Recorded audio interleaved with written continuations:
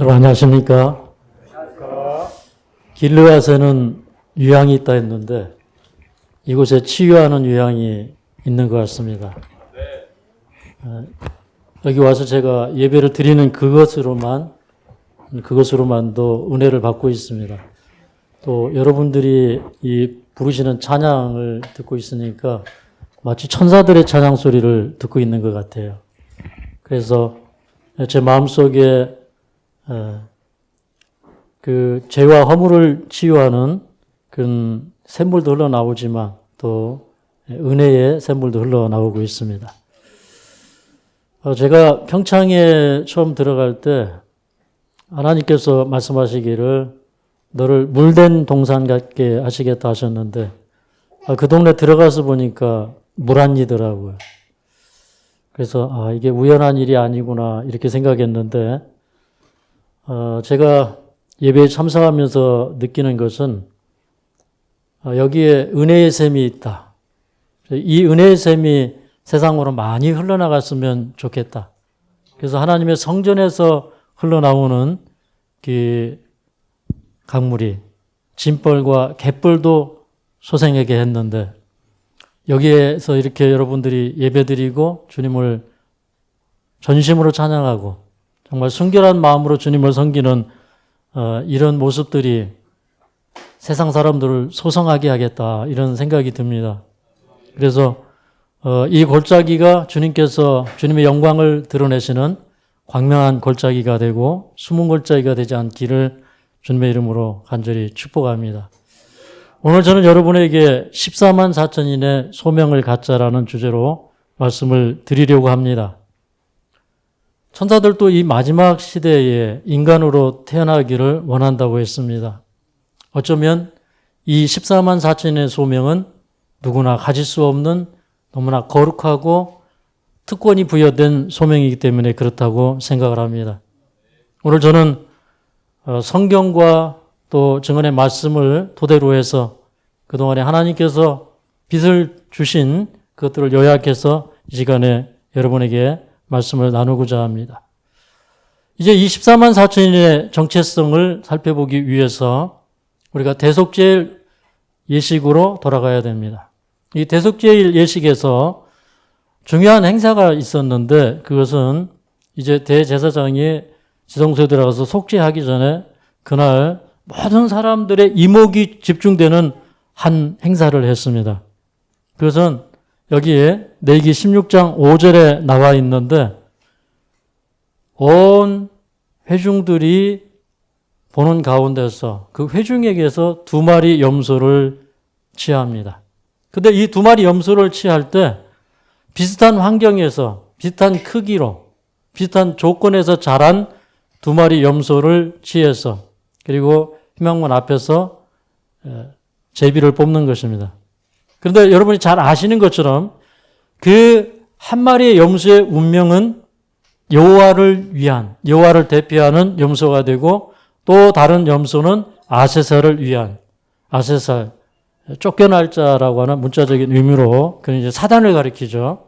사단을 대표하는 염소가 됩니다. 그럼 왜 이 회중에게서 2 염소를 취하고 모든 사람들이 이 제비 뽑는 것을 흥미롭게 지켜보고 있었을까? 그래서 이제 온 우주에 지금 집중된 이슈가 있기 때문에 그렇습니다. 과연 죄의 책임은 누구에게 있는가? 하나님의 율법은 지킬 수 있는가? 예. 만약에 하나님의 율법을 지킬 수 있다고 하면 지금까지 사단은 거짓말을 한 것이고 또 지킬 수 없다면 하나님께서는 공의로운 통치자가 아닙니다. 하나님의 율법은 공의롭지 않습니다. 그래서 이제 온 우주가 그리고 지구상의 모든 거민들의 이목이 집중된 가운데서 지금 이 예식이 진행되고 있는 것입니다. 그 왜 이 2 염소가 거의 비슷한 그런 염소였을까? 여러분 초기문집에 보면 예수님께서 죄된 본성을 입으시고 이 땅에 오시면 자기가 예수님을 정복할 수 있을 것이라고 그렇게 사단이 생각을 했다는 것입니다. 그러니까 예수님은 이 땅에 오실 때 모든 인간과 같이 되셔야 했습니다. 그래서 모든 인간과 같이 되셔서 죄를 승리하고 이기셔야 했어요. 그래서 여호와를 대표하는 염소나 사단을 대표하는 염소나 비슷한 크기와 비슷한 조건이 성립이 되어야 됐습니다.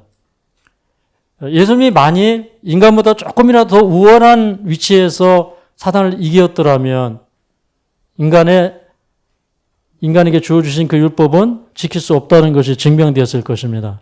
그런데 예수님은 모든 인간이 당하셔야 될 그 시험보다 100배나 더 강한 시험을 받으셨지만 예수님은 이기셨습니다. 그래서 엄연히 말하면 더 불리한 입장에서 시험을 받으셨습니다.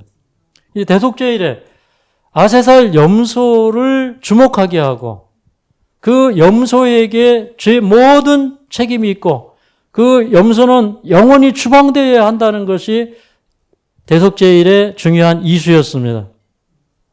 14만 4천인은 그런데 사단으로 상징된 거짓말장이 사단을 내어 쫓는 것이 그들의 사명입니다. 죄의 모든 책임을 아사살 염소에게 전가시키고 그를 추방할 때 하나님께서 미리 준비한 사람이 있었습니다. 그 이름을 일컬어서 우리는 뭐라고 얘기합니까? 뭐라고 얘기합니까? 한번 읽어볼까요? 자, 레위기 16장 21절입니다. 시작. 이스라엘 자손의 모든 불의와 그 범한 모든 죄를 고하고 그 죄를 염소의 머리에 두어 미리 정한 사람에게 맡겨 그랬어요. 그러면 그 염소를 데리고 가서 진 밖으로 멀리 데리고 가서 낭떠러지에다 바위를 묶어서 떨어뜨려서 영원히 죽게 만들어요. 그것은 사단이 이제 죄의 모든 책임을 지고 이 지구에서 추방당하는 것입니다. 영원히 죽게 되는 것을 상징하는 것입니다. 그런데 그 사람을 데리고 가는 사람을 여기에 보니까 누구라고 그랬어요? 미리 정한 자라 그랬어요. 여러분, 이 법정의 증인은 그 재판이 이루어지기 전에 증인 신청을 해요. 맞습니까? 미리 정해놔요. 이번 재판에 어떤 사람이 나가서 증언할 것이다. 그런데 이제 사단과 하나님과 이 대쟁투의 아주 극렬한 이제 클라이막스에서 마지막 대쟁투에서 하나님께서 하나님의 보좌를 옹호하기 위하여 14만 4천인을 세우셨는데 그들을 모형적으로 내기서는 미리 정한 자라고 얘기하고 있습니다.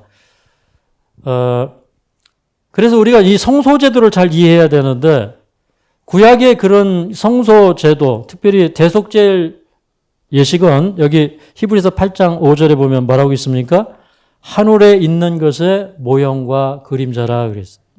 하늘 성소에서 지금 원형적으로 성취되어 가는 것을 과거에 모형적으로 표상적으로 보여줬기 때문에 우리가 성경을 잘 이해하면 우리 14만 4천인을 이해할 수가 있습니다.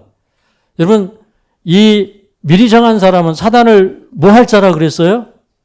사단을 쫓아낼 자라고 했습니다. 그런데 우리 요한계시록 12장에 보니까 사단이 3번 쫓겨납니다.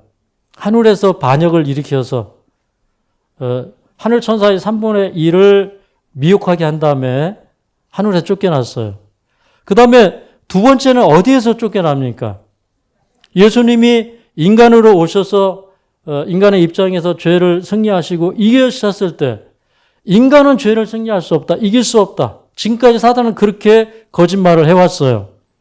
그 얘기가 어디에 나옵니까? 우리 욥기서 1장과 2장에 보면 그런 스토리들이 나옵니다. 하나님의 아들들이 모여서 우주의 총회가 있는데 거기 초대받지 않은 한 사람이 왔어요. 그게 누구였어요? 사단이었어요. 하나님께서 이렇게 보신 다음에 야 사단아 네가 올 자리가 아닌데 어떻게 왔느냐? 그랬더니 사단이 제가 온 땅을 두루 다니면서 통치하다 왔습니다. 이 두루 다녔다는 건 자기가 통치했다는 얘기거든요. 두루 돌아다니다 왔습니다.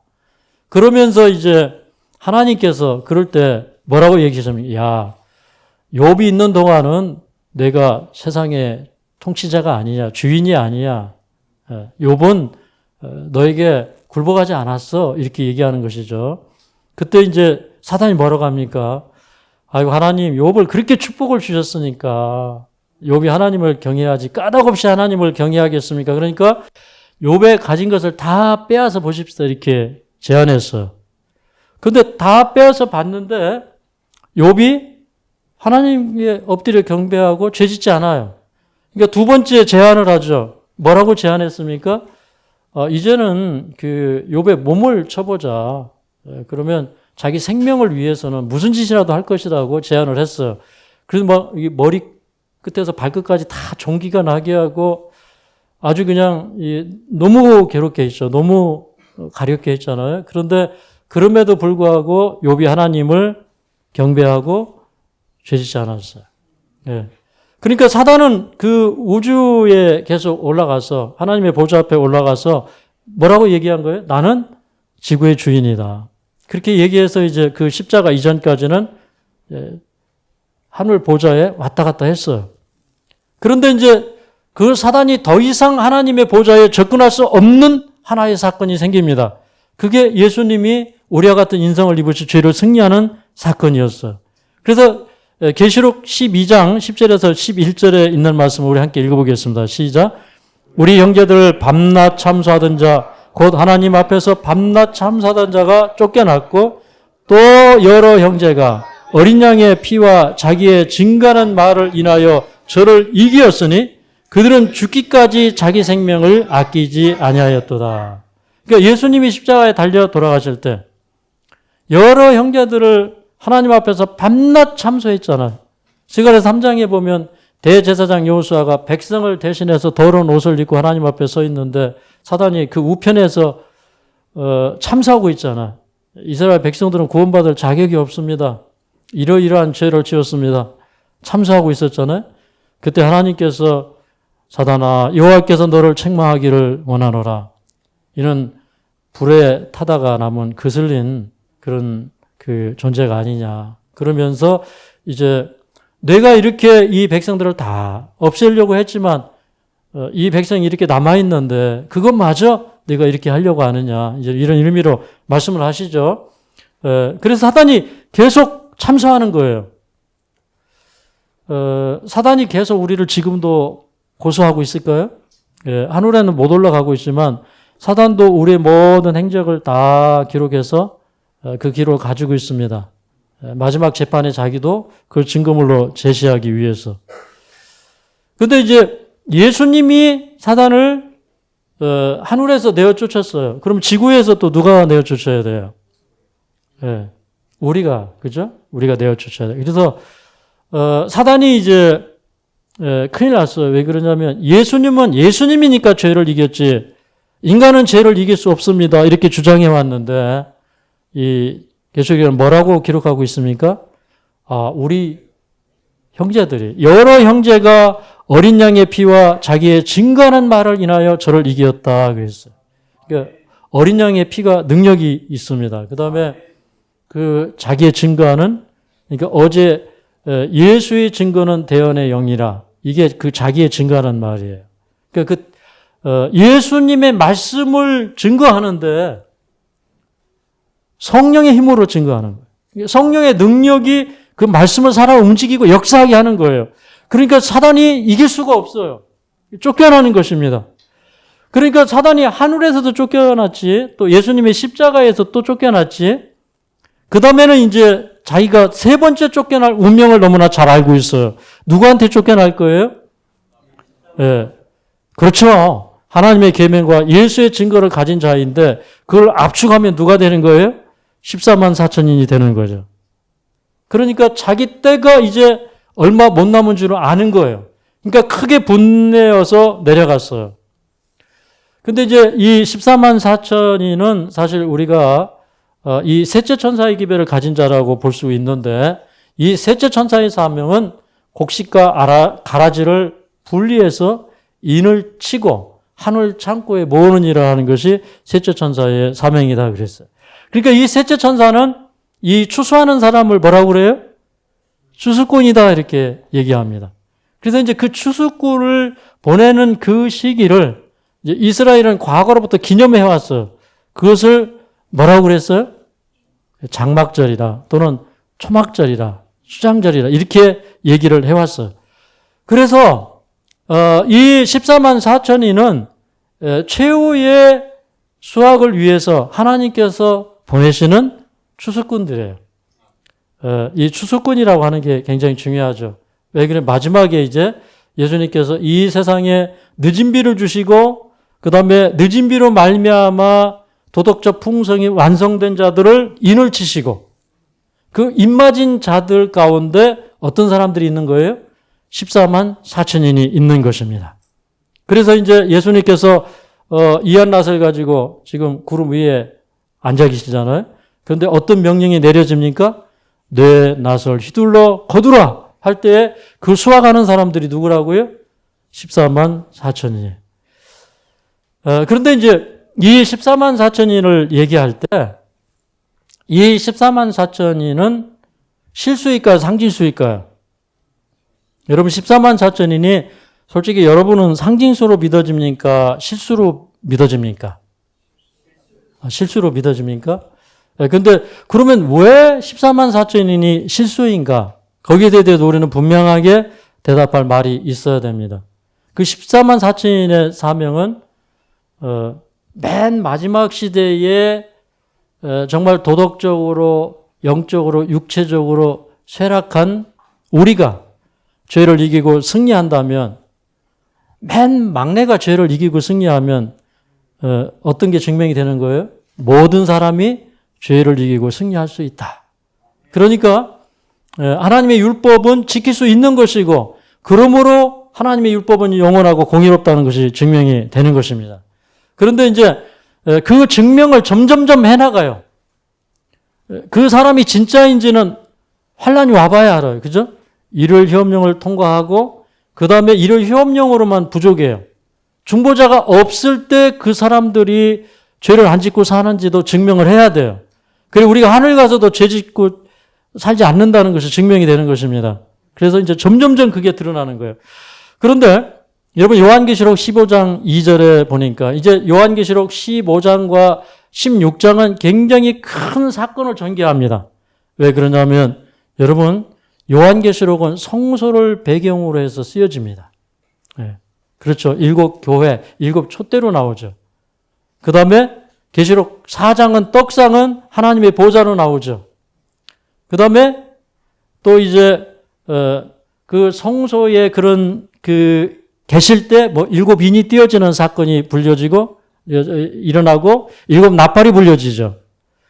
그 다음에 지성소의 사건은 뭐예요? 이제 셋째 천사의 기별이 주어지고 그 영원한 복음이 드러나면서 늦은 비, 인침, 주의 도말 이런 걸 통해서 구속이 완전함을 드러내는 이제 이런 일들이 이루어집니다.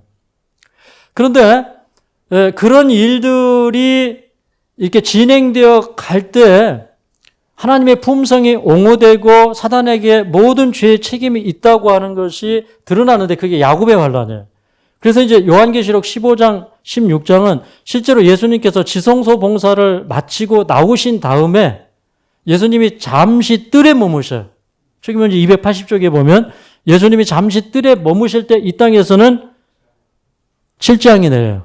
근데 뜰에 머무시면서 죄의 모든 책임이 사단에게로 옮겨집니다. 네. 그러면서 온 우주가 사단은 참으로 심판하시는 것이 옳습니다라고 온 우주가 다 동의하는 사건이 일어납니다. 그래서 이제 이것을 통과할 자들이 그 7장, 악인에게는 7장이지만 우리에게는 야곱의 환란인데 이 시간표가 이제 지나간 다음에 구원받은 자들이 뭐라고 외칠 것을 미리 보여주고 있냐면 자 계시록 15장 2절을 읽겠습니다. 시작. 짐승과 그의 우상과 그의 이름의 수를 이기고 벗어난 자들이 노래하기를 3절에 주의 길이 의롭고 참되시도다. 주의 길이 의롭고 참되시도다. 저는 신앙 해보니까 저는 뭐 오래전부터 하나님에 대하여 섭섭한 마음이 요만큼도 없어요. 하나님이 어떤 처분을 저에게 주시든지 저는 항상 제 마음속에서 주의 길이 의롭고 참되시도다. 이런 동의가 일어납니다. 과거에는 하나님의 품성을 많이 오해했어요. 근데 지금은 하나님께서 어떻게 하시든지 그것은 주님이 옳으시다는 그런 확신이 있어요. 근데 우리가 하늘에 가서 보면 우리가 그걸 노래할 거예요. 우리에게 왜 이렇게 고난이 있었나요? 왜 이렇게 어려움이 있었나요? 근데 다 가보니까 우리가 너무 하나님을 오해했어요. 주님이 다 우리 유익을 위해서 하신 일이었어요. 근데 이 구속의 경륜이 쭉 펼쳐지죠. 6,000년 동안 구속의 경륜이 쭉 펼쳐지는데 그 하신 모든 일들이 주님은 의롭고 참되었다는 것입니다. 그런데 이게 막 노래로 나오는 거예요. 이게 심령에서부터 터져 나오는 거예요. 그런데 그렇게 이제 온 우주가 하나님의 보좌를 옹호하도록 만들어가는 장본인들이 어떤 사람들이에요? 14만 4천인들이에요. 예. 그리고 이제 이 7재앙이 이렇게 부어져요. 처음에는 첫째 재앙은 뭐였죠? 악인들이 땅에 부어져요. 땅에 부어질 때 어떤 사람들이 괴로워합니까? 짐승의 표를 받은 사람들이 독하고 헌 재앙이 나가지고 막 괴로워요. 그때 이제 이 재앙이 누구 때문에 내린다는 게 증명이 되는 거예요? 저 악인들, 그죠? 짐승의 보좌에 막 내려지고 짐승의 보좌를 중심으로 그 악인들에게 내려질 때 이 재앙은 저 악인들 때문에 내려진다. 저 짐승의 표를 받은 사람들 때문에 내려진다. 이런 게 알 수 있죠. 그 다음에 또 두 번째는 바다에 부어지고 그 다음에 강들과 물들의 근원에 부어지고 그렇게 할 때 물을 차지한 천사가 뭐라고 얘기하냐면 뭐라고 해요? 이렇게 심판하시니 의로우시도다. 여러분 물은 열국과 백성과 방언이라 그렇게 얘기했죠. 그러니까 사실 물을 차지한 천사가 그렇게 얘기했다고 얘기하지만 우주의 많은 거민들이 이해하기 시작하는 거예요. 사단은 정말 악하구나. 사람이 이 은혜의 시기가 끝나고 성령이 거두어지니까 저렇게 악하게 하는구나. 그 악인들의 그 모습 속에서 나타나는 그런 광기, 하나님의 백성들을 잡아 죽이려고 하는 그런 무시무시한 광기를 보면서 온 우주가 뭐라고 얘기할까요? 하나님 빨리 이 역사 끝내셔야 됩니다. 저들을 명말시켜야 됩니다. 이렇게 얘기하는 거예요. 그런데 여러분 재단도 얘기를 해요. 재단도. 자, 계시록 16장 7절입니다. 시작. 그러하다 주 하나님 곧 전능하신 이시여 심판하시는 것이 참되시고 의로시다. 이렇게 심판하는 것이 참되고 의로시다는 거예요. 그러면 이 재단이 이렇게 얘기한다는 것은 무엇일까요? 이 재단이 상징하는 바는 구속의 경륜이 확연하게 드러나고 이해되는 거예요. 아멘입니까? 아브라함이 시험을 받을 때에 그 시험 받고 나서 아브라함이 뭘 느꼈습니까? 그 아브라함은 나의 때 볼 것을 보고 즐거워하였다고 그랬죠. 그 시험을 받은 다음에 독자를 내어주시는 그 하나님의 마음을 이해하게 됐어요. 맞습니까? 아브라함이 이렇게 죄가 많은데 허물이 많은데 믿음의 조상이 될 자격이 있습니까? 사단이 비난했어요. 그 사단의 비난 때문에 아브라함에게 그 시험을 허락하셨어요. 아브라함 믿음의 조상이 될 자격이 없습니다. 그런데 아브라함이 그 시험에서 순종했어요. 그래서 우리 창세기 15장에 보면 아브라함이 하나님을 믿으니 이를 그의 의로 여기시고 그랬어요. 맞습니까? 그냥 여겨주셨어요. 정말 아브라함을 믿어주셨어요. 그런데 믿어주실 뿐만 아니라 아브라함을 계속해서 승리하게 하시고 변하게 하십니다. 그런데 야고보서 2장에 보니까 아브라함이 그 이삭을 그 제단에 드릴 때 의롭다 하심이 응하였고 그랬어요. 응하였고. 예. 그래서 우리도 그런 경험을 해야 돼요. 그 의롭다 하심이 응하는 경험. 실제로 우리가 의로워지고 우리의 품성이 그리스도의 품성으로 변하고 그런 경험이 아브라함의 생애에 있었어요. 그러니까 그런 그 일을 위해서 구속의 경륜을 더 분명하게 우주 앞에 드러나기 위해서 재앙을 부으신다는 걸 우리가 알 수 있습니다. 그런데 이제 이런 7재앙이 마치면 굉장히 감동적인 역사가 일어납니다. 우리 이제 예수님께서 이 성소봉사를 마치시면 제사장복을 벗으시고 왕복으로 갈아입으셔요. 그 왕복으로 갈아입을 때 장면을 우리 요한계시록 19장에는 아주 감동적으로 묘사합니다. 자, 여기 19장에 있는 말씀을 조금 이따 이제 우리가 보겠는데요. 근데 모든 하늘의 거민들이 외치는 음성이 있는데 그의 심판은 참되고 의로우시도다. 이렇게 얘기해요. 주의 길이 의롭고 참되시고 그 다음에 주님께서 그 재앙을 부으시고 악인들을 심판하시고 하시는 사단을 심판하시고 하는 그 모든 것들이 다 의롭고 참되시다고 그렇게 찬양을 하게 됩니다.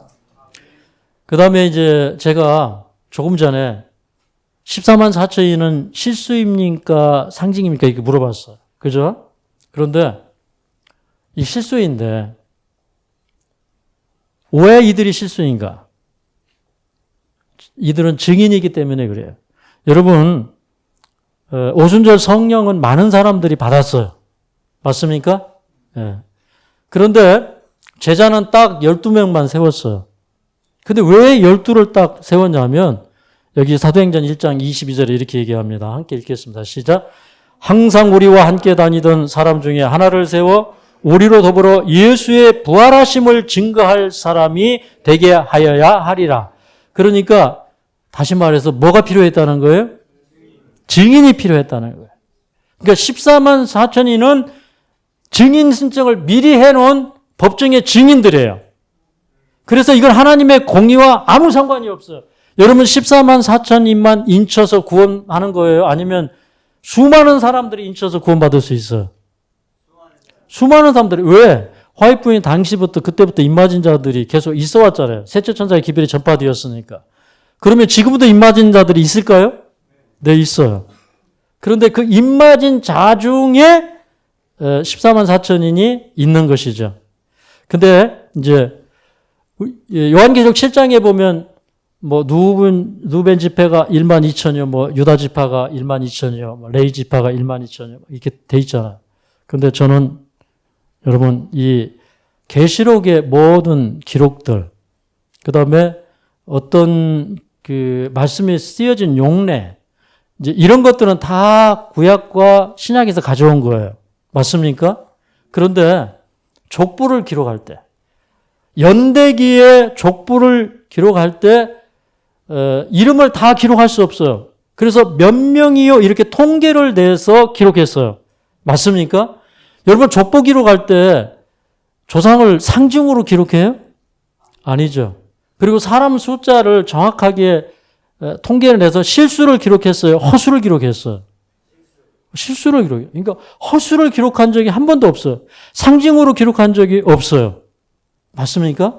그래서 우리 이제 그 에스라서에 보면, 에스라서 2장에 보면 1차의 바벨론 포로에서 돌아와서 예루살렘에 이른 자들의 합계가 얼마냐면 42,360명이요 그랬어요. 이걸 실수예요? 상징수예요? 이거 상징수가 될 수가 없어요. 맞습니까? 그 다음에 이제 에스라 8장에 보니까 3차에 돌아온 사람들의 명단을 그 숫자 그대로 다 기록해버립니다.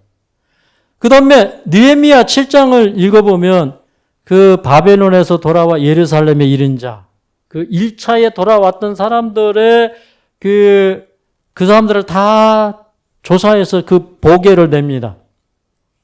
그런데 어느 지파에 몇 명이 쭉 하다가 뭐라고 그랬습니까? 여기에 1차에 돌아왔던 사람들을 온 회중의 합계가 42,360명이요. 또 여기 그렇게 기록했어요.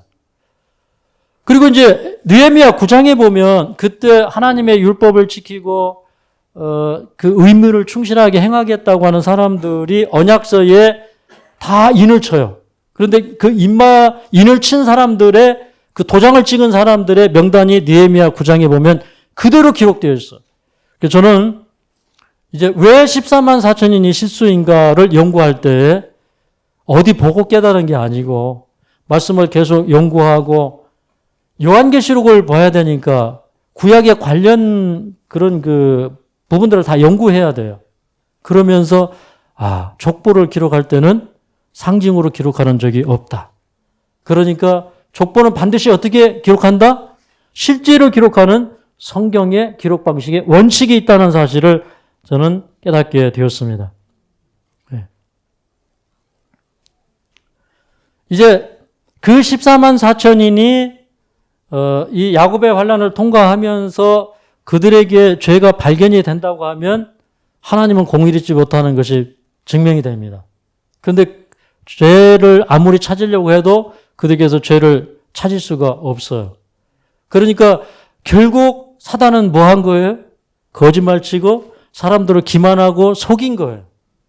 그래서 그 죄의 결과가 다 누구에게로 가요? 아사살로 표상되었던 사단에게로 다 돌아가는 것입니다. 그 다음에 그 일을 마친 다음에야 이제 제사장은 대속죄 예식을 마치게 돼요. 맞습니까?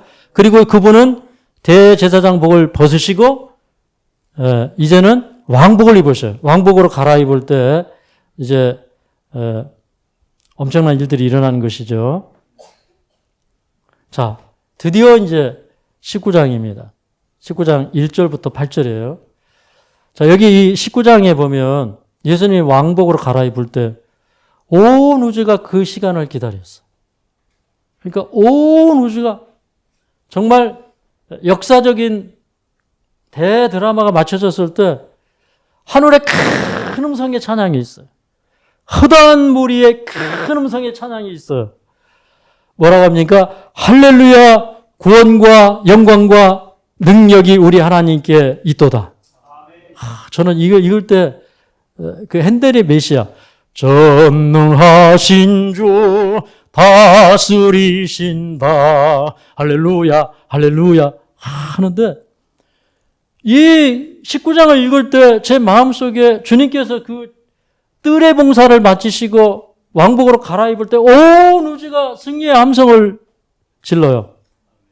그러면서 드디어 이제는 우리 하나님께서 온전히 구원하셨고 그분이 이제 영광과 능력으로 통치하신다고 하는 그런 찬송을 부르는 것입니다.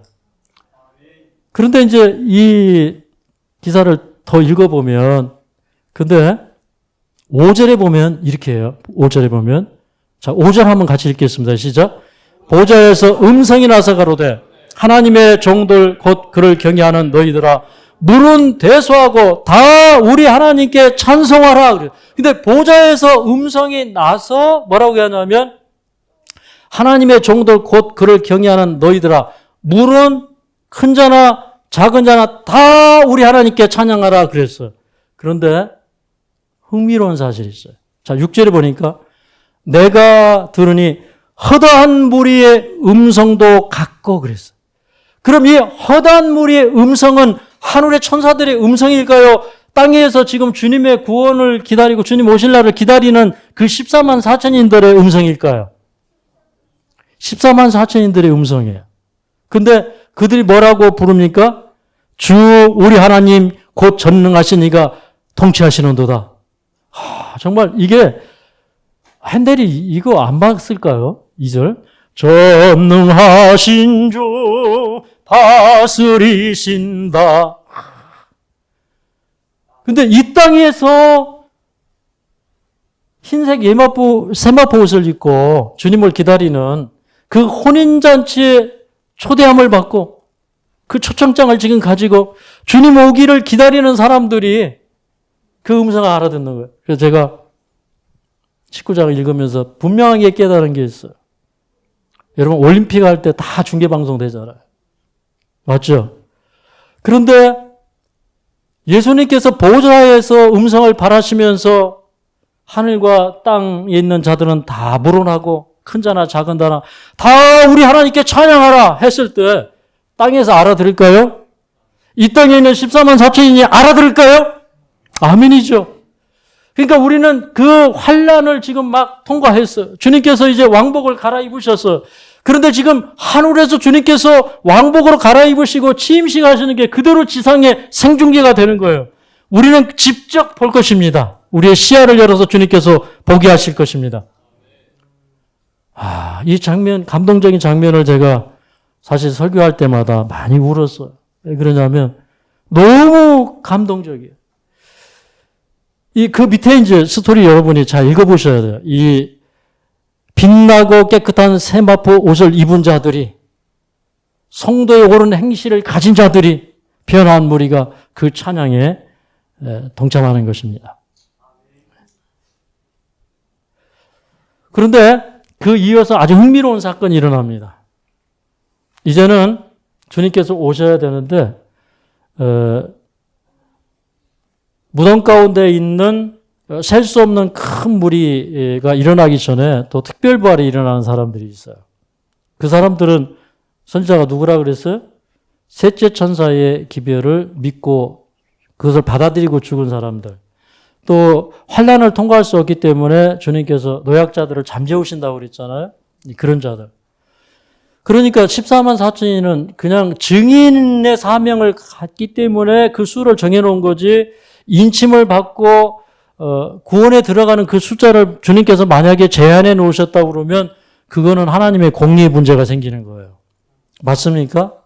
그리고 이 개혁교회 사람들이 얘기하는 것처럼 그분들이 참 좋은 그런 연구도 많이 하셨지만 이제 1844년부터 인침을 받은 자들이 예수님 오실 때까지 14만 4천인밖에 없다. 이건 너무 좀 하나님의 뭐라고 그럴까요?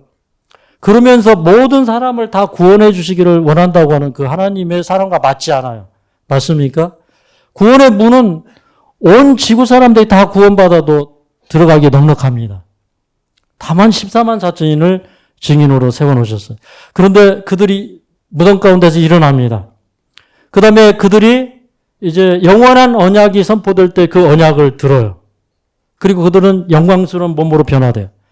그 다음에 주님께서 오시는 시간과 날짜가 선포돼요. 근데 그때로부터 뭐가 일어나냐면, 그때부터 뭐가 시작이 된다고 그랬어요? 그때부터 땅이 쉼을 얻는 희년이 시작되었다고 그랬어요. 희년은 정말 즐거워요. 왜 그래요? 이스라엘 민족은 희년이 오면 뭐 하는 날이에요, 그날이? 이게 자기 기업을 잃어버리고 집도 팔고 땅도 팔고 남의 종살이 하다가 희년이 되면 옛날에 잃어버린 거 다 찾아줘요. 맞습니까? 예. 안식년은 종들만 해방시켜줬잖아요. 그런데 희년은 그 종살이로부터 자유를 얻는데 또 그 다음에 옛날에 내가 잃어버렸던 그걸 다 돌려받아요. 사단에게 빼앗겼던 에덴을 우리가 다 다시 상속하게 됩니다. 그러니까 얼마나 기쁨이 충만하게 임하겠어요. 이 희년이 시작되면서 이제 희년이 시작되면서 주님은 우리를 데리러 오십니다. 그러니까 그때부터 7째 인이 띄어지는 거예요. 희년이 시작될 때. 그러면서 주님은 우리를 데리러 오셔요. 그러니까 하늘이 우리를 데리러 오니까 하늘이 밤시 동안 조용해요. 다 어디 갔는지 하늘에 사람들이 없어요. 그 어디 간 거예요? 지구로 우리를 데리러 오는 거예요. 근데 여러분, 저는 스가랴서를 1장부터 쭉 연구하다 보니까 뭐라고 기록되어 있냐면, 자, 14장 7절을 한번 읽어보겠습니다. 시작. 여호와의 아시는 한 날이 있으리니 낮도 아니요 밤도 아니라 어두워갈 때에 빛이 있으리로다. 그게 이 스가랴 14장은 새 예루살렘 도성이 감람산 위에 내려오는 사건을 얘기해요. 그런데 이제 그 때를 얘기하면서 뭐라고 했냐면, 예수님이 그랬죠. 그 날과 그 시는 누구만 아신다 그랬어요? 아버지만 아신다. 근데 그 아버지만 아시는 한 날이 있는데 그 날이 선포된 거예요. 네. 그러니까 기다리는 사람들은 주님이 며칠 지나면 오실지 알아요. 맞습니까? 근데 그게 반시라고 그랬으니까 한 7일 정도 되겠죠. 반시는 7일 반이니까. 그 다음에 이 14만 4천이는 어떤 사람들이에요? 그러니까 죽음을 맛본 자들입니까? 죽음을 맛보지 않은 자들입니까? 맛보지 않은 자들. 그래서 이제 초기문집에도 살아있는 성도, 그리고 죽음을 맛보지 않을 자들을 상징하는 사람이 있죠. 누구예요? 엘리야. 하나님의 왕국의 축소판이 변화산에서 있었습니다. 살아서 승천할 엘리야가, 살아서 승천할 자들을 대표해서 그 변화산에 내려왔죠. 그 다음에 죽어서 승천할 자들을, 죽어서 부활해서 승천할 자들을 상징하는 누가 왔어요? 또 모세가 왔죠. 하나님의 나라의 축소판이었잖아요. 그래서 이제 그 엘리야로 예표된 그 14만 4천이는 죽음을 맛보지 않고 하늘로 승천하는 것입니다. 그리고 이제 이런 것들을 쭉 설명해주고 모형적으로 보여줬던 것이 성소제도예요. 맞습니까? 그래서 오늘 이제 성소제도를 잠깐 좀 살펴보면 우리가 이제 이 성소제도를 이해하기 전에 성경은 또 우리 선지자는 이 마지막 시대로 가면 갈수록 우리가 복음을 더 폭넓게 그리고 완전하게 이해할 것을 얘기했어요. 여기 목사에게 보내는 거면 432쪽에 보면 자 읽겠습니다. 시작. 하나님의 비밀이 나타나고 그분의 모든 길이 옹호받으실 날이 우리에게 갑작스럽게 닥쳐올 것이다. 그러니까 사실은 뭐 일요일 휴업령이나 환란이나 이런 것들이 갑작스럽게 올 수 있습니다. 맞습니까? 그런데 하나님의 비밀이 나타날 것이다 그랬어요. 여러분 계시록 연구하다 보니까 계시록 10장 7절에 보니까 자 굉장히 중요한 얘기가 기록되었어요. 함께 읽겠습니다. 시작. 일곱째 천사가 소리내는 날 그 나팔을 불게 될 때 하나님의 비밀이 선지자들에게 전하신 복음같이 이루리라 그랬어요. 그러니까 일곱째 천사가 소리내는 그 시기는 언제부터였어요? 예언을 연구해 보면 1844년부터 일곱째 천사가 소리를 냈어요. 그때부터 이제 셋째 천사의 기별이 주어졌어요. 그런데 하나님의 비밀이 이루어지는데 어떻게 이루어지냐면 선지자들에게 전하신 복음과 같이 이루어질 것이다. 근데 여러분 이 말씀을 확실하게 이해할 수 있는 그 말씀이 있어요. 그래서 제가 이 책을 쓸 때 뒤에다가 이 말씀을 좀 기록을 했는데 자 대징투 355쪽에서 356쪽을 읽어야 됩니다. 자 같이 읽겠습니다. 시작. 각 시대의 구원의 기별은 전파되어 왔다. 그러나 이 기별은 오직 말세에만 전해질 복음 기별의 일부분이다. 왜냐하면 심판의 때는 말세가 되어야 시작되기 때문이다. 굉장히 중요한 얘기예요. 우리 구약도 보고 신약도 보고. 그런데 복음이 지금 전체로 드러났어요? 부분적으로 드러났어요? 부분적으로 드러났어요. 부분적으로. 왜 그러냐면 자 다시 보세요. 각 시대의 구원의 기별은 전파되어 왔다. 그러나 이 기별은 오직 말세에만 전해질 복음 기별의 일부분이었다. 그러니까 지금까지 쪽복음이 전해진 거예요. 아시겠죠? 쉬운 말로 얘기해서 일부분만 드러난 거예요. 그런데 마지막에 와서 전체가 드러난대요. 전체가. 그것을 우리는 뭐라고 하냐면 영원한 복음이라고 하는 거예요. 여러분 제가 영원한 복음이 무슨 뜻인지를 몰랐어요. 그냥 복음이 영원하다는 말인 줄 알았어요. 근데 영원한 복음이라는 말은 전체적인 복음, 완전한 복음, 우리를 구원하시기에 충만한 복음, 부족함이 없는 복음, 그 능력에 있어서도 충만하고 부족함이 없어요. 이게 영원한 복음이에요. 영원한 복음의 의미 여러분 꼭 기억하시기 바랍니다. 근데 여러분 이 말씀을 볼 때 이런 거 하나가 깨달아질 때 얼마나 우리 마음에 감동이 오는지 몰라요. 이게 어디 책에서 볼 수 있는 게 아니잖아요. 근데 우리는 선지자를 통해서 미리 영감을 주셨기 때문에 이제 그런 예언의 신을 연구하면서 성경의 진리들을 우리는 깨닫게 되는 것입니다.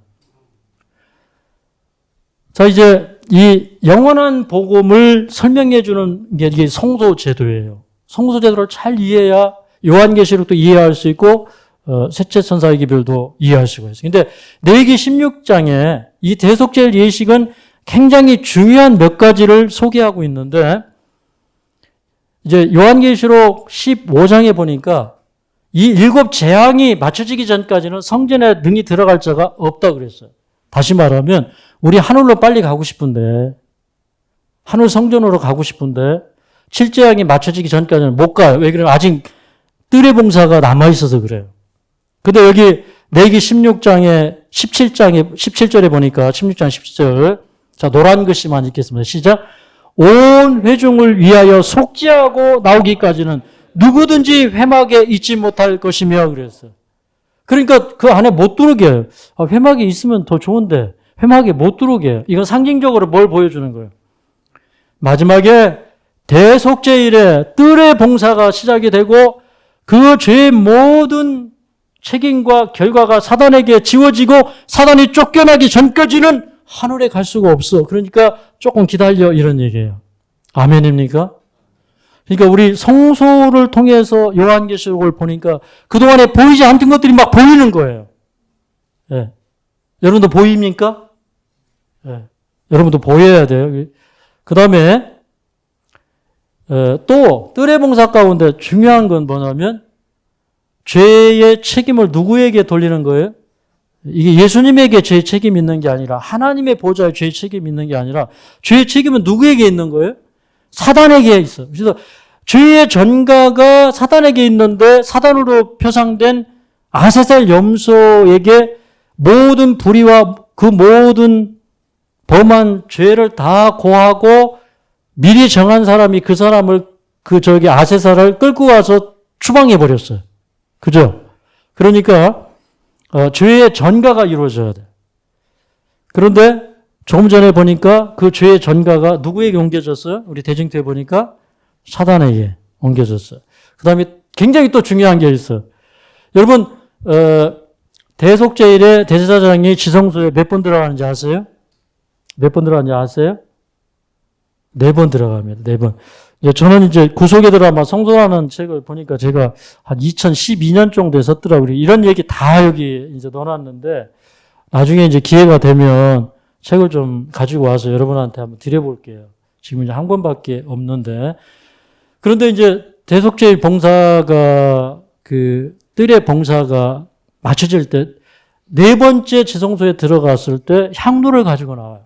그 향로의 찌꺼기를 갖다가 제단 동편에 쏟아요. 그건 무엇의 모형이냐면 마지막에 이 세상에 부어질 그 더 이상 중보를 거절하고 이제 중보가 필요 없는 자들. 그래서 진노의 그 포도즙 잔을 받아야 될 그 7재앙이 부어지는 그것을 모형적으로 보여주고 있는 거예요. 맞습니까? 근데 그게 다 이루어지기 전까지는 누구든지 어디에 있지 못해요? 회막에 있지 못해요. 그래서 요한계시록 15장 8절에도 7천사의 7재앙이 마치기까지는 성전에 능히 들어갈 자가 없더라 그랬어요. 아직 주님께서 하실 굉장히 중요한 일이 있는 거예요. 그래서 이제 그 모형을 원형으로 가져와서 정확하게 짚어준 것이 대징토 657쪽에서 658쪽입니다. 자, 그와 똑같은 방법으로 읽겠습니다. 시작. 그와 똑같은 방법으로 하늘 성소의 속죄 사업이 완성되면 하나님과 천사들과 구속받은 큰 무리 앞에서 하나님의 백성의 죄는 사단에게 놓여질 것이다. 그러니까 모형적인 봉사가 원형에 와서 맞춰진다. 그래서 성소는 구속의 청사진이라고 그렇게 얘기를 하는 겁니다. 그들을 유혹하여 범죄하게 한 모든 죄의 책임이 사단에게 전가되고 사단은 그의 책임을 지고 쫓겨납니다. 이제 남은 자손의 여정의 도표를 그려봤어요. 근데 이렇게 도표를 그리다 보면 많은 오류들이 포함될 수 있기 때문에 이걸 셋째 천사의 기별을 연구하고 그다음에 이제 성소제도를 연구하고 추수 때한 기별들을 연구하고 이러면서 이제 제가 한 12년 전쯤에 최종적으로 만들어 본 거예요. 지금은 어느 시대에 살아요? 지성소 봉사 시대. 그러면 지성소 봉사가 이루어질 때 우리에게는 영적인 어떤 경험이 일어나야 됩니까? 늦은 비로 우리의 품성이 완성되는 경험을 해야 되고 그래서 인침을 받아야 되고 뒤에 도마를 받아야 돼요. 근데 이 지성소 봉사가 이루어지는 시기를 우리는 다른 말로 추수기라 이렇게 얘기해요. 여러분 역사의 파종기는 지나갔어요. 역사의 성장기는 지나갔어요. 지금은 역사적으로 어떤 때예요? 1844년부터는 추수기예요. 이 추수기에는 뭐가 와야 돼요? 늦은 비가 와야 돼요. 그래서 이제 1844년부터는 추수 때인데 특별히 1888년부터는 늦은 비의 기별, 의의 기별이 전파되기 시작했어요. 맞습니까? 그런데 이제 지금은 이제 일요일 법령 바로 직전에 와 있습니다. 근데 일요일 법령 이전에도 뭐가 계속되어야 돼요? 늦은 비가 계속되어야 돼요. 근데 지금까지는 작은 수확밖에 없었어요. 근데 요엘서 2장에 보니까 거기 14절부터 보면 누구에게 먼저 이른 비와 늦은 비를 전과 같이 주시겠다 그랬어요? 시온의 자녀들에게. 맞죠? 그 다음에 그 후에 내가 내 신을 만민에게 부어주겠다 그랬어요.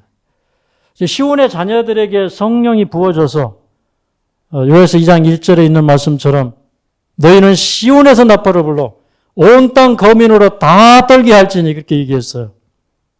그런 일들이 일어나면 만민에게 성령이 부어지는 것입니다. 그래서 이제 저는 이제 일요일 휴업령 전후에 늦은 비가 어떤 역사를 일으킬 것을 지금 설명을 하고 있습니다. 그 다음에 이제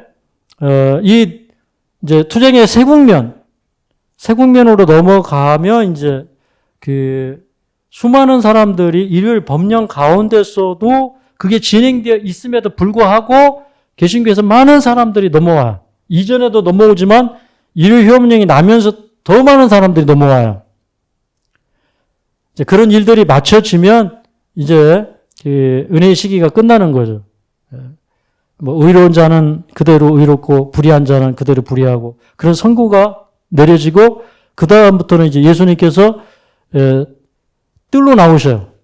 뜰에 잠깐 머무시는 동안 이 땅에는 실제양이 부어졌다는 말씀을 초기문집 영문 페이지 280에서 281쪽에 하고 있는 것입니다. 그 사건을 압축해서 다루고 있는 것이 요한계시록 15장, 16장의 내용이에요. 오늘 굉장히 중요한 얘기 들으셨죠? 그러니까 적어도 우리는 이제 요한계시록 몇 장 하면 머릿속에 그게 다 박혀 있어야 되잖아요. 그죠? 그러니까 뭐 저도 그래요. 이제 요한계시록 1장에 뭐가 있고 성경 안 봐도 그 몇 장에 어떤 내용이 있고 이제 머릿속에 이렇게 딱 찍혀 있는데 여러분도 그렇게 되셔야 됩니다. 그 다음에 이제 예수님의 재림으로 천년기가 시작이 되죠. 그 다음에 천년기 이후에 이제 그 악인과 또 사단을 심판하고 책에 기록된 대로 심판하고 쭉정이로 불에 태우는 지옥불에 완전히 살라 없애는 이제 그런 일들이 일어납니다. 여기 다시 한번 이제 초기문집 280과 281쪽에 있는 의미가 무엇인지를 우리는 알아야 됩니다. 자, 함께 읽어보겠습니다. 시작. 예수께서는 하늘 성소뜰에서 잠시 머무르신 후 그가 지성소에 계실 때 고백된 죄악들을 죄의 창시자요 죄의 헌불을 받아야 마땅할 사단에게로 옮기셨다. 이 죄를 이제 전가시키고 옮기는 일이 굉장히 중요합니다. 그래서 뜰의 봉사에서도 이 죄가 누구에게로 전가되었어요?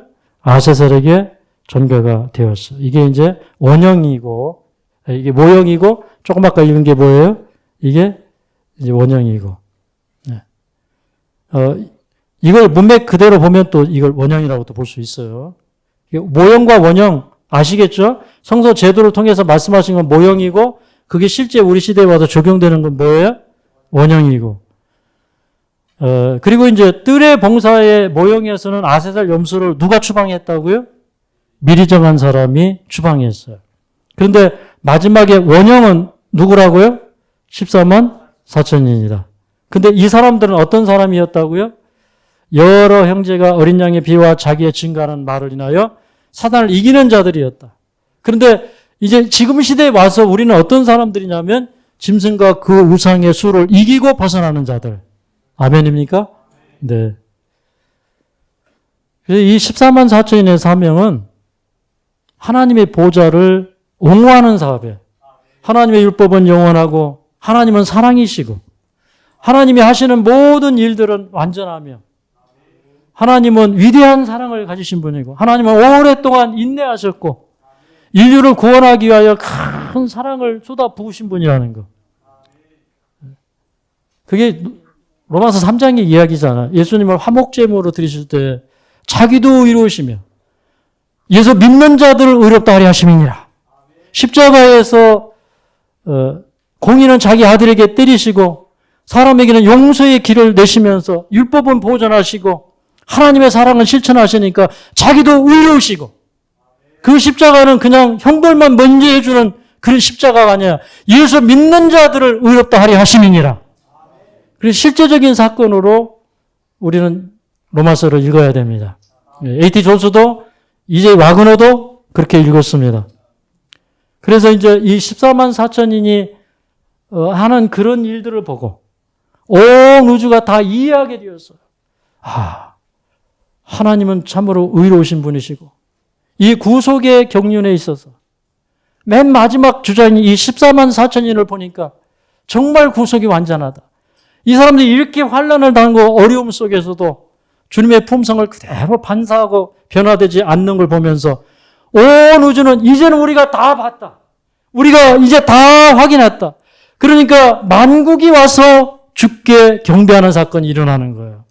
그러니까 우리는 어떤 사람들이냐면 비록 지상에 있지만 온 우주가 14만 4천으로 인하여 감동을 받아. 그들이 주님께 와서 경배할 때 오직 주님께만 영광 받을 자격이 있고 주님께만 권세가 있고 주님께만 능력이 있습니다. 그렇게 외칠 것입니다. 자, 왜 14만 4천인이 필요한가? 지금까지 들으셨습니다. 하나님의 심판의 정당성을 의인들에게 주님께서는 이제 알리시는데 우리 소돔과 고모라를 멸망하실 때 하나님께서 아브라함에게 말씀하셔요. 야, 아브라함아, 너하고 나 사이에 비밀 있냐? 우리 사이에 비밀 없다. 그런데 지금 소돔과 고모라의 죄악이 광영해서 우주의 거민들이 막 부르짖는다. 하나님, 저 소돔과 고모라 치워버리셔야 됩니다. 멸망시켜야 됩니다. 이렇게 부르짖어요. 근데 하나님께서 그냥 멸망시킬 수가 없어요. 정말 과연 그렇게 부르짖는 게 맞는지. 그럼 막 날마다 소돔의 죄악들이 보고되는데 그 보고가 정말 맞는지 주님께서 확인하러 오셨어요. 맞죠? 근데 그때 아브라함이 엄청난 얘기예요. 하나님, 제가 한 말씀 드리죠. 세상을 공의로 심판하시는 이가 악인과 의인을 함께 멸망시키면 되겠습니까? 이렇게 얘기해요. 참 대단한 얘기죠. 그죠? 그러니까 여러분, 이게 아브라함의 이야기가 아니에요. 만약에 이 세상 사람들을 그냥 하나님께서 불로 멸망시켜버리면요. 세상에 이 우주의 거민들이 아브라함만큼 그 이상 다 품성이 좋은 사람들이에요. 그러니까 그들을 동정하면서 뭐라고 그래요? 하나님, 여기에 의인이 있는데 어떻게 알아요? 의인과 악인을 함께 멸망시키면 안 되잖아요. 이렇게 얘기하는 거예요. 그게 하나님 하실 수가 없어요. 하나님은 다 알지만 그러나 인간의 눈높이에서 그리고 우주 거민들의 눈높이에서 그게 다 이해되실 때까지 기다려야 돼. 그래서 저는 이거는 세상을 심판하실 때 하나님께서 우주의 모든 거민들에게 그리고 믿는 자들에게 다 동의를 구하시고 하나님은 이렇게 행하실 것을 모형적으로 보여주셨다. 저는 이해하게 됩니다. 그래서 하나님이 하시는 일을 지금 우리에게 숨기시지 않는 거예요. 아멘입니까? 네. 근데 여기 감동적인 글이 있어요. 자, 조금 읽겠습니다. 시작. 그분의 위대한 계획이 완전한 성취를 향하여 일보 진전할 때 하나님께서는 온 우주의 동조와 시인을 받으시며 반역자들을 최종적으로 멸망시킬 때도 온 우주의 천둥과 시인을 받으실 것이다. 그러니까 하나님은 그냥 하시는 일이 없어요. 다 가르쳐주고 내가 이렇게 할 거야. 이런 문제가 있어서 지금 지구의 역사를 이렇게 끌고 가는 거야. 이런 게 이슈기 때문에 너희가 품성이 변화돼야 돼. 너희가 죄 없는 생애를 살아야 돼. 너희가 14만 4천의 사명을 완수해야 돼. 이렇게 말씀을 하시는 겁니다. 그리고 이제 야곱의 환란에 들어갈 때 아브라함을 사단이 비난함으로 그 시험을 허락하셨어요. 욥도 사단이 비난했어요. 그죠? 욥의 시험이 마친 다음에 욥기서 42장에 보면 하나님이 이런 말씀을 하셔요. 너희가 내게 대하여 말한 것이 욥의 말과 정당치 않다 그래. 분명히 욥의 친구들은 누구하고 싸웠어요? 욥하고 싸웠어요. 욥하고. 그죠? 뭐 너 죄 없어? 뭐 네가 죄가 없으면 하나님이 너를 어떻게 심판하셔? 네가 죄 없으면 하나님이 너를 구원하지. 왜 이렇게 너를 아프게 만들어? 어떻게 사람이 완전할 수가 있어? 죄 없는 사람 어디 있어? 그러니까 도덕적으로 완전할 수 없다는 것을 아예 무시하는 거예요. 근데 하나님은 처음부터 뭐라고 하시냐면 내 종 욥을 유하여 보았느냐.